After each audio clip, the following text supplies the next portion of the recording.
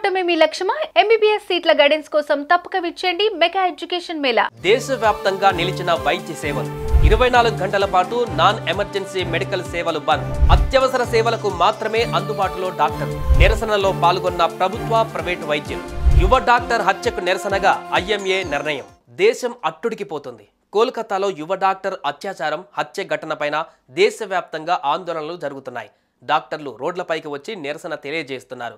మృతురాలికి న్యాయం చేయాలని డిమాండ్ చేస్తున్నారు. ఈ క్రమంలో ఇండియన్ మెడికల్ అసోసియేషన్ కీలక నిర్ణయం తీసుకుంది. 24 గంటల పాటు దేశవ్యాప్తంగా వైద్య సేవలను నిలిపివేసింది.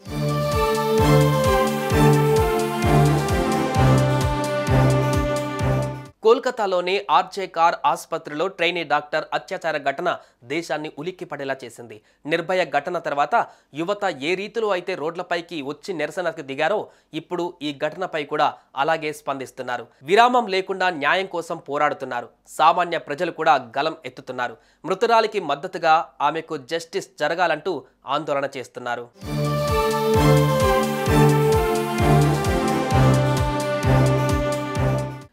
ఈ క్రమంలో ఆగస్టు 17 ఉదయం 6 గంటల నుంచి ఆగస్టు 18 ఉదయం 6 గంటల వరకు అంటే 24 గంటల పాటు దేశవ్యాప్తంగా డాక్టర్లు వైద్య సేవలు నిలిపివేశారు.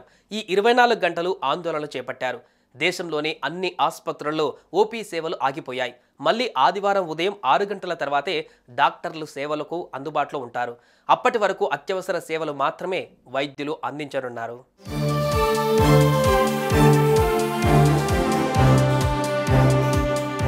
ప్రభుత్వ ఆసుపత్రులతో పాటు దేశంలోని ప్రధాన ప్రైవేట్ ఆసుపత్రుల ఓపీడీ సేవలు కూడా నిలిచిపోనున్నాయి. దీంతో దేశవ్యాప్తంగా చికిత్స పొందుతున్న రోగులు ఇబ్బందులను ఎదుర్కొనే అవకాశం ఉంది. ప్రభుత్వ ఆసుపత్రులతో పాటు పలు ప్రైవేట్ ఆసుపత్రులు కూడా సమ్మె చేస్తున్నాయి.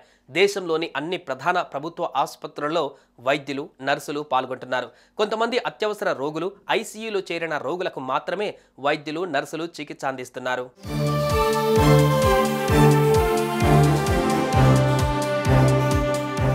అటు ఈ అత్యాచార కేసులో సిబిఐ దర్యాప్తు ముమ్మరం చేసింది. యువతిపై జరిగింది సామూహిక అత్యాచారం అనే అనుమానాలు వస్తున్నాయి. ఈ క్రమంలో 30 నుంచి 35 మందితో కూడిన జాబితాను సిబిఐ సిద్ధం చేసింది. ఈ జాబితాలో చనిపోయిన యువతి స్నేహితులు కూడా ఉన్నారు. అలానే ఆసుపత్రిలోని కొందరిని విచారిస్తోంది సిబిఐ. అటు బాధిత కుటుంబ సభ్యులు కూడా పలువురు పేర్లు చెబుతున్నారు. దీంతో కేసుతో సంబంధం ఉన్న ప్రతి ఒక్కరిని సిబిఐ విచారిస్తోంది.